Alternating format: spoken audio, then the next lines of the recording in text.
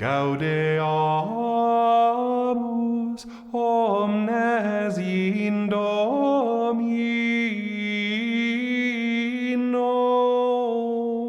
diem festum celebrantes, sub honore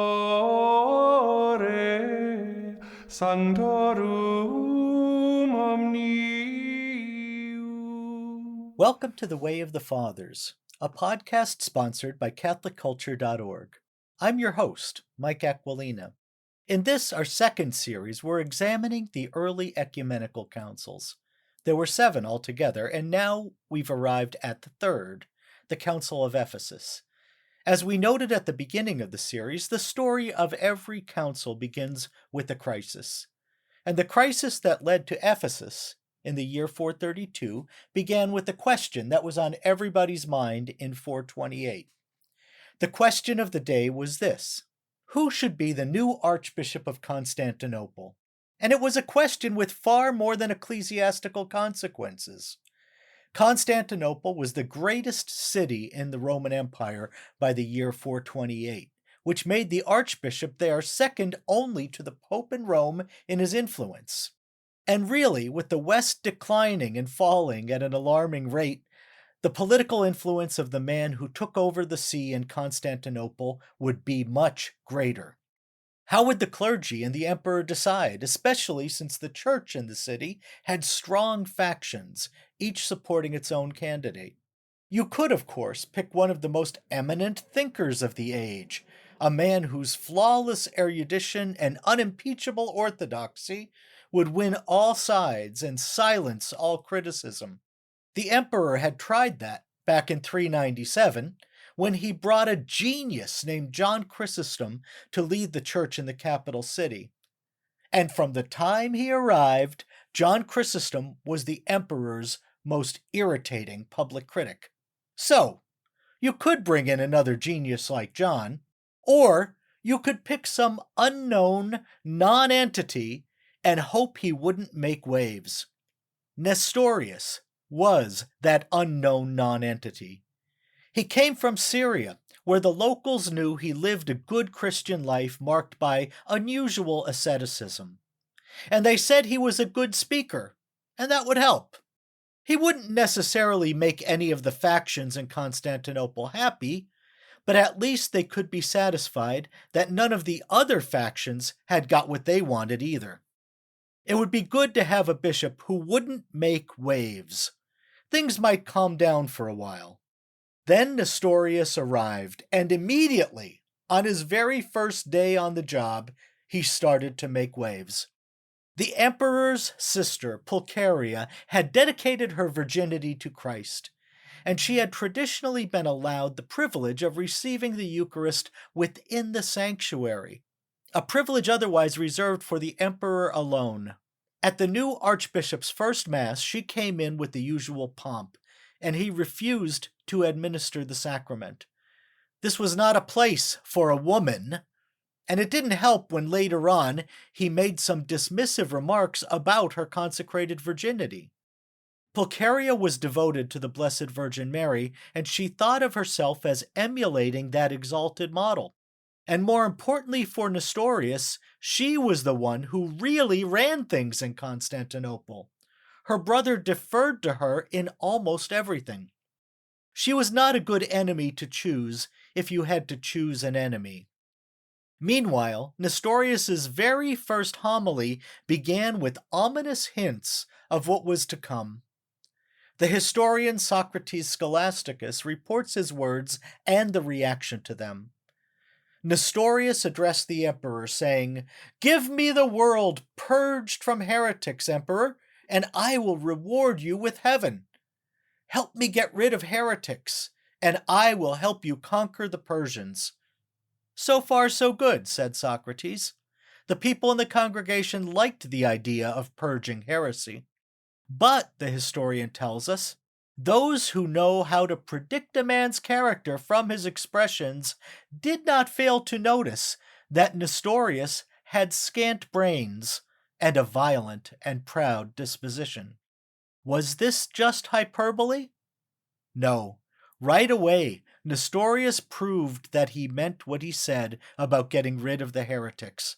There was one Arian chapel in Constantinople, which, in spite of the laws against heretics, had been tolerated because it was doing no harm, and because many of the empire's barbarian allies were Arian. So it was helpful that they could see Arians tolerated when they came for a visit. Nestorius, however, ordered the chapel demolished. When they saw the men with axes and sledgehammers, the chapel's congregation set fire to the place rather than give Nestorius the satisfaction of being the one who destroyed it. Well, in the tightly packed city of Constantinople, it was hard to burn just one building, and the fire spread to several others before it was finally put out. So already Nestorius had caused a minor disaster. This incident struck the people of the city as a good metaphor for Nestorius's bridge-burning style. Not only the small minority of Arians, but also the great majority of Orthodox Catholics started to call him the arsonist, or, as the historian John McGuckin translates the breezy Greek term, torchy.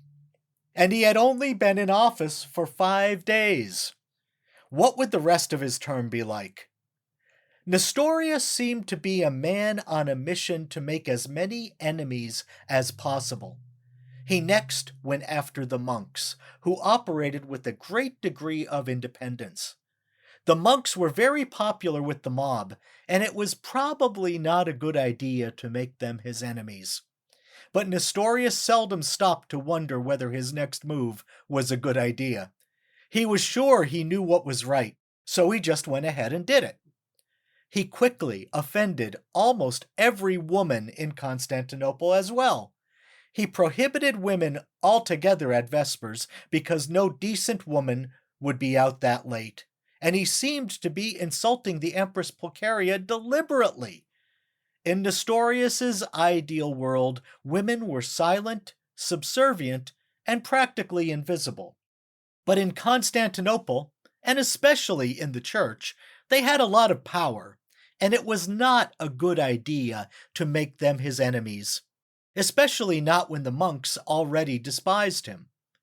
It didn't take long for some of his enemies to start plotting their revenge. Some of the monks came to him with a little question, one that was designed to back him into a corner and bring out what they had begun to suspect was Nestorius's real thought on some of the beliefs ordinary Christians most treasured. We've been having an argument with these other people, the monks explained. We say that Mary is rightly called Mother of God, in Greek Theotokos, but these other people say it's not right to call her anything but Mother of the Man. Which of us is right? Nestorius was delighted with the opportunity to show off his erudition. His answer probably struck him as very clever and even-handed. In a way, he said, you're both right. Each of those names can be used for Mary in a loose and imprecise way. But technically, the proper term would be Mother of the Christ, Christotokos. If you want to be accurate, you'll avoid calling her anything else. Thus, Constantinople was first introduced to that little word technically, in Greek, akribos, which the world would soon learn was one of Nestorius's very favorite terms when he was arguing with people. It revealed a lot about the way he thought. The problem with most people, Nestorius seemed to believe, was that they didn't choose their terms carefully enough. When you're talking about important issues of theology, you need to be very precise in your language. The problem with Nestorius, thought practically everybody else in Constantinople, was that he had just said Mary wasn't Mother of God. The people of the city instantly latched onto that little word, technically, as representing everything they hated about Nestorius. If Mary is not technically the Mother of God, they said, then her son is not technically God. Mary had always been called Mother of God as long as anybody could remember. The city, the whole empire, was devoted to the Blessed Virgin. What was wrong with this new archbishop? Socrates recalled, he seemed afraid of the word Theotokos, as if it were some frightful ghost. In the opinion of Socrates and many others, the problem wasn't loose language on the part of the great majority of Christians. The problem was that Nestorius didn't know what he was talking about. The baseless fear he showed on this subject merely demonstrated how very ignorant he was, said Socrates. He was naturally a fluent speaker, so people thought he must be well educated. But actually, he was disgracefully illiterate. End of quote. Socrates thought that Nestorius not only didn't know what the great Christian writers before him had written on these subjects, but also didn't care. He was smarter than they were. He could work things out for himself. Well, there was a sort of monkish internet in those days. As monks traveled around the empire, news could spread amazingly fast.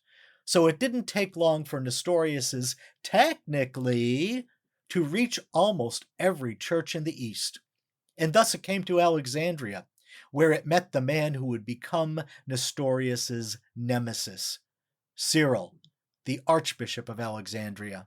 The Bishop of Alexandria was the only one in the East who would be a serious rival to the Bishop of Constantinople.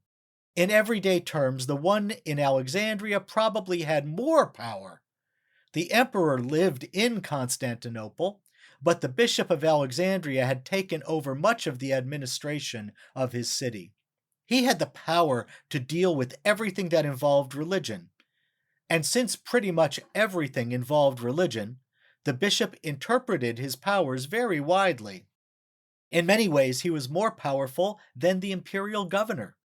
Sometimes Cyril had more power than he could control. The news of Nestorius's fussiness deeply worried Cyril. It sounded to him as though the new man in Constantinople was making two Christs, one the man born of Mary, and the other the eternal word from heaven. That was wrong. There is only one Christ. He had two natures, yes, a human and a divine nature. But you fall into a pit of error if you separate the two natures. Mary was mother of the whole Christ, and therefore the mother of God. To say anything else, as Cyril saw it, was to deny the reality of the incarnation, of God actually taking on human form to save us. When the news reached Pope Celestine in Rome, he was just as worried as Cyril was. The two great bishops made common cause. They would have to deal with this error before it spread. Nestorius, meanwhile, was quite aware of what he saw as plots against him. He seems to have viewed Cyril's dismay at his preaching as simply jealousy of Nestorius's more powerful position. And if Cyril was going to play politics, Nestorius would show he could win that game. Cyril began an all-out campaign against what he saw as the Nestorian heresy of separating the two natures of Christ. He sent a treatise explaining what had always been Christian doctrine, as Cyril understood it, to the emperor Theodosius II. And he sent another treatise to the Empress Pulcheria and the imperial ladies, showing that he understood how the imperial palace worked better than Nestorius did. Yes, Cyril said in these treatises, there are two natures in Christ. Everybody knows that, but you can't separate them. If God as God did not come to be born and die as Jesus Christ, then we are not saved, and there is no Christian religion. The Eucharist is the flesh of God. Only for that reason can it give us life. The treatises were well argued and convincing, but it turned out that Cyril had made a tactical error. It was true that Pulcheria and her circle of intelligent aristocratic women had enormous influence over what the relatively weak Theodosius II did and thought, but it was very bad form to point that out. By sending a treatise directly to the ladies, Cyril had insulted Theodosius. For the moment, Nestorius had the advantage. He immediately seized it and began to ask for a synod to be called at Constantinople to decide the question, and doubtless to give his thoughts the official stamp of approval, while at the same time heaping anathemas on Cyril. Meanwhile, he began a series of sermons on Christology, and here Nestorius showed that there was no advantage so big that he couldn't squander it. "Let no one call Mary Mother of God," he thundered from the pulpit. And it really didn't matter what he said after that. He had lost his audience. A few intellectuals might be able to follow the rest of the argument, but all the ordinary people of the city heard was that he had said Mary wasn't Mother of God, and they had always called her Mother of God. The phrase had been in their prayers for centuries. It was in the hymns they had learned from their grandparents. It was Nestorius's rhetorical style that doomed him as a preacher. He had no talent for popular communication. His sermons were full of pedantic distinctions and frequently punctuated by that little word, technically, which seemed designed to say that Nestorius thought everyone else was kind of stupid. On the Sunday before Christmas in 428, a visiting bishop named Proclus preached a sermon in the presence of Nestorius himself. His subject was, get ready for it, the Virgin Mother of God. And the congregation roared with applause. Nestorius was not happy. It was time, he decided, to show these people who was boss. The monks began public demonstrations, carrying signs accusing Nestorius of the two sons heresy of Paul of Samosata. He was teaching, they said, that Jesus wasn't technically God. Nestorius sent the police to arrest and flog one of these pests, but the mob overwhelmed the official and carried the monk off in triumphal procession. Encouraged by their popular support, some of the monks began to heckle Nestorius when he was preaching. He responded by inviting them to a civilized debate the next day at his palace. And then when they showed up, he had them beaten by guards. Nestorius seemed to think he was showing the city that he was in charge, but the city got the message that he was an ignorant thug. Many of the monks were now refusing to commune with Nestorius, and the archbishop found himself treated as if he had been excommunicated in his own see. Nevertheless, Nestorius charged ahead. He chose this moment to interfere in the affairs of Rome and Alexandria, showing that he intended to put even the Pope in his place. There were some priests from Alexandria who had been making complaints about Cyril, and there were some exiles from the West who had been charged with heresy. Nestorius began an investigation into both sets of complaints, showing that he was perfectly willing to act as judge over both Alexandria and Rome. He was aiming at complete control over the whole Christian church. Pope Celestine, meanwhile, decided that the time had come to make Nestorius aware that the church was not going to accept his teaching. He took the extraordinary step of making Cyril responsible as the Pope's representative for judging the orthodoxy of Nestorius and for setting the conditions under which he could continue as bishop. Clearly, as far as both Cyril and Celestine were concerned, Rome still had the ultimate authority, no matter how much Nestorius might fantasize about being Pope himself. Now Nestorius really had to dig in. Many of his advisors suggested that he should accept Rome's decision, but Nestorius had been kicked in the pride. From the very beginning of his reign, these people had been questioning his authority. Was he going to let them get away with that? As he was celebrating the liturgy in Constantinople with all the usual pomp, messengers came in from Alexandria. Right in front of the whole congregation, they delivered a long letter from Cyril. At the end of it were 12 headings, or chapters, statements of belief which Nestorius had to sign to prove his orthodoxy. To prove his orthodoxy? To whom? The Bishop of Alexandria. And then Nestorius got some very good news. As he had been requesting, the emperor was going to call a meeting.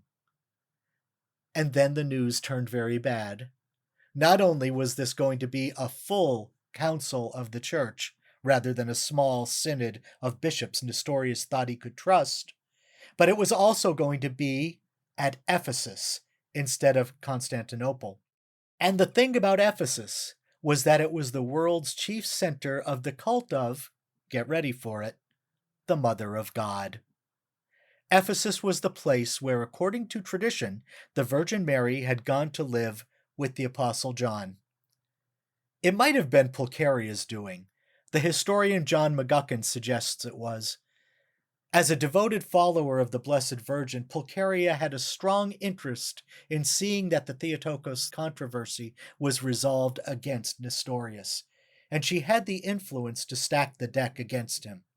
Theodosius certainly did all he could to make sure it was a proper council and not a riot.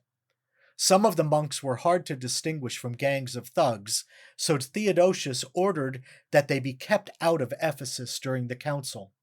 None of the bishops would be allowed to run off to Constantinople during the council and make a separate appeal to the emperor. And there would be troops to keep order under the command of one of Theodosius's most trusted men.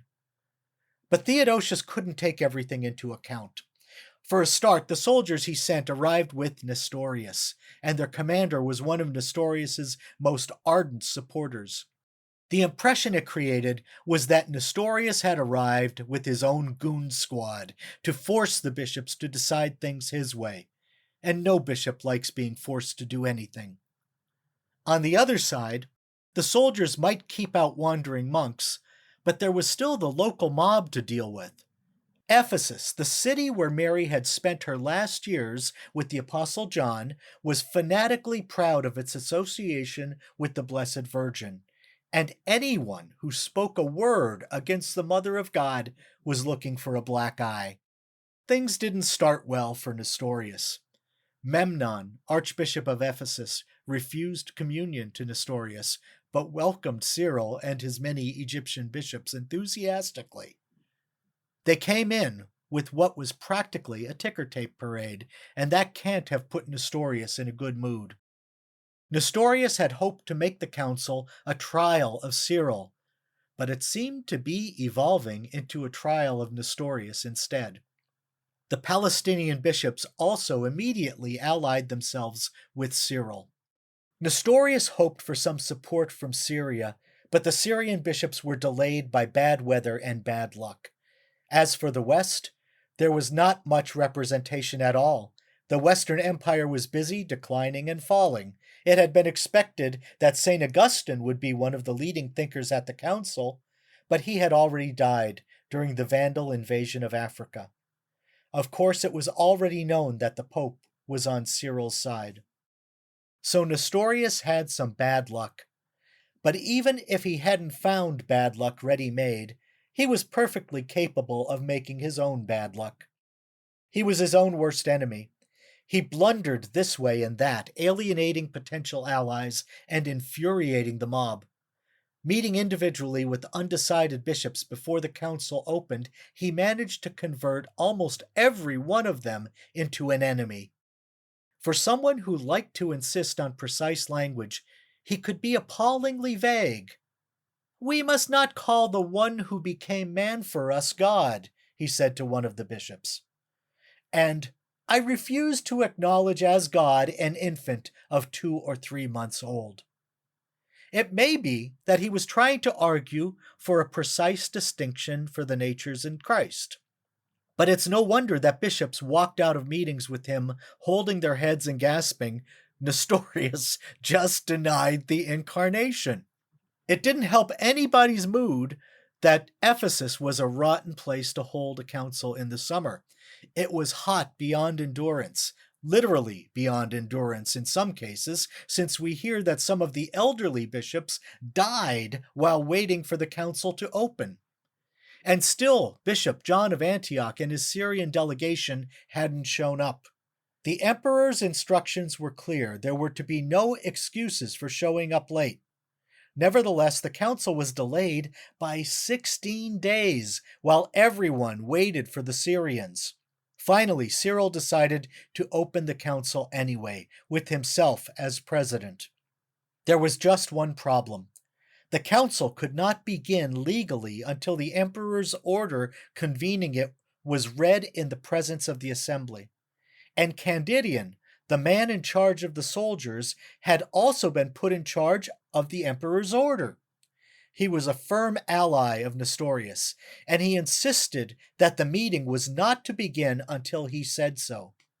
Storming into the assembly with his soldiers, he demanded that the bishops disperse.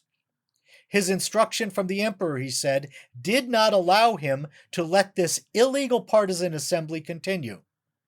The bishops looked around. There were at least 200 of them. Only about 30 Nestorius loyalists were missing, plus the dozen or two who were still on their way from Syria. This was a partisan meeting? So a number of the bishops complained to Candidian. They said, "We don't believe you. This is just you bluffing. How do we know what's in those orders? You're probably just making it up." Furious, Candidian opened the emperor's order and read it in front of the assembly, and it wasn't until he had finished and looked up with a smile of smug satisfaction that he realized the awful mistake he had made. The order had been read in the presence of the assembly. The council was now in session. Candidian withdrew in a huff. Cyril and the rest got on with the business at hand. The propositions of Nestorius were read, and various bishops he had talked to in the past few days recounted how he had denied the incarnation. Nestorius was condemned and deposed as bishop. We'll let Cyril himself describe what happened next. Quote, "The entire population of the city stood from dawn to dusk waiting for the decision of the Holy Council. When they heard that the wretched man was deposed, they all began with one voice to cry out in praise of the Holy Council, glorifying God because the enemy of the faith had fallen. When we came out of the church, they made a procession ahead of us to the lodging house, for it was getting dark by this time, and even the women came out carrying incense to perfume the path before us." Unquote. "So," said Cyril to his correspondent back home, "all we have to do is finish the formal paperwork excommunicating Nestorius, and I'll be back home with you in no time." That turned out to be an optimistic estimate. Candidian, still fuming, refused to acknowledge that an official council had taken place, and since it hadn't taken place, the bishops couldn't leave. He told his soldiers to make sure they all stayed in Ephesus. Cyril, meanwhile, managed to sneak a messenger out with a summary of the council's proceedings to be taken to the emperor in Constantinople. Nestorius also sent a message back to the capital complaining of the illegal partisan assembly that had usurped the place of the real council. And then came the Syrians. When John of Antioch arrived, he was furious that the council had gone ahead without him and his party. He allied himself with Nestorius and all of Nestorius's allies, 43 of them. They held their own council, which they insisted was the real Council of Ephesus. They excommunicated all 200 bishops at Cyril's council. Meanwhile, the news was coming back to Constantinople. Cyril had made sure his version of the council's decisions would be heard all over the city, and there were celebrations in the streets when the ordinary citizens heard that Nestorius, the enemy of the Theotokos, was deposed. But when Theodosius received the conflicting reports of the council from Candidian, from Nestorius, and from John of Antioch's mini-council, he was at best puzzled. It had seemed that he was ready to accept the larger council's verdict, but now he wasn't sure. Who was right? Which was the real Council of Ephesus? Seeing the emperor wavering, the monks of Constantinople organized an extraordinary procession. They marched to the palace to plead with the emperor to accept the original council's verdict. and marching at their head was the ancient holy monk Dalmatius, a man whom the emperor had once begged to take on the job of Archbishop of Constantinople, but who had refused because he had taken an extreme vow. It was an age when holy men went to extremes, and Dalmatius had stayed in his cell without coming out for 46 years. But now, here he was, marching through the streets. That was how important the Mother of God question was to the monks. Theodosius was impressed, but he also had the letters from Candidian and Nestorius and the decision of John of Antioch's counter-council to take into account. And so he came to a decision that was typical of him. He decisively refused to make a decision. He accepted the results of both councils. Everybody was excommunicated. Cyril, Nestorius, Memnon, the whole lot of them. Problem solved. Of course, it solved nothing. Delegates from the Pope in Rome finally arrived at Ephesus and confirmed Cyril's council. But Candidian was still refusing to admit that the council had taken place. He began to deal with the problem as a military operation, besieging the bishops in the city, cutting off their supplies, and trying to starve them into submission. More of the older bishops died in the sweltering city. But by now the real battle was in Constantinople, where Cyril's allies out-organized and out-bribed Nestorius and his proxies. Bribery sounds very sordid to us, but it was more or less the official way of getting things done in Constantinople at the time. If you made a request, a gift was accepted and expected. Most of all, though, Theodosius felt the constant pressure of public opinion. A stronger or stupider emperor might have ignored what the people thought, but Theodosius was neither strong nor stupid. He could see that the people were devoted to the Mother of God. He could see that the holy men he sincerely admired, like Dalmatius, were on the side of the people. In the end, Nestorius stayed deposed, but Cyril and Memnon resumed their sees. Theodosius mostly accepted the majority position at Ephesus. Nestorius was at first allowed to retire, but when he still wouldn't stop issuing pamphlets about what was technically wrong with the emperor's decision, he was exiled to the isolated city of Petra, and then finally to the great oasis in Egypt, which was surrounded by so many miles of desert that it had become a dumping ground for the most embarrassing political exiles. On the way, Nestorius endured some remarkable Arabian Nights adventures, being captured by desert bandits and held for ransom, all of which he recounted in an autobiography which is usually known as the Book of Heraclides, but might also have been titled Poor Me. After the Council of Ephesus, long and patient diplomacy finally reconciled Cyril with John of Antioch and most of the Syrians. But there were still some allies of Nestorius in the East who never accepted his deposition. The Catholic and Orthodox churches referred to these Eastern groups as Nestorians, and they still exist today, but they prefer not to be called Nestorian. In 1994, Pope John Paul II and Patriarch Dinka of the Assyrian Church of the East signed a common Christological declaration. In it, the Assyrian Church recognized the validity of the term Theotokos and acknowledged the tradition of Petrine primacy. Since then, the two churches have agreed to communion in times of necessity for each other's followers. And although the Assyrians don't accept the Council of Ephesus or any of the ecumenical councils after it, the Catholic Church accepts their teaching as consistent with Catholic theology. In fact, some scholars hold that the Nestorian churches were never theologically Nestorian. They were rather Persian and anti-Byzantine. Jacob of Sarug and other later East Syrian fathers are today commonly revered as fathers by the Catholic Church. In other words, it may be that technically the only real Nestorian was Nestorius. I hope you've enjoyed this 4th episode of our 2nd season. I hope you'll join us for the rest. In the meantime, I ask you to please consider making a donation. We're entirely listener-funded. Just visit us at catholicculture.org/donate/audio and let us know that you love the Fathers. We're grateful for anything you can give. Remember, we pray for our benefactors every day.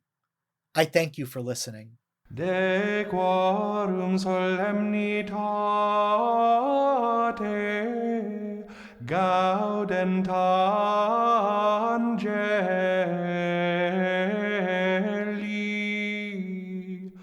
et collaudant filium Dei.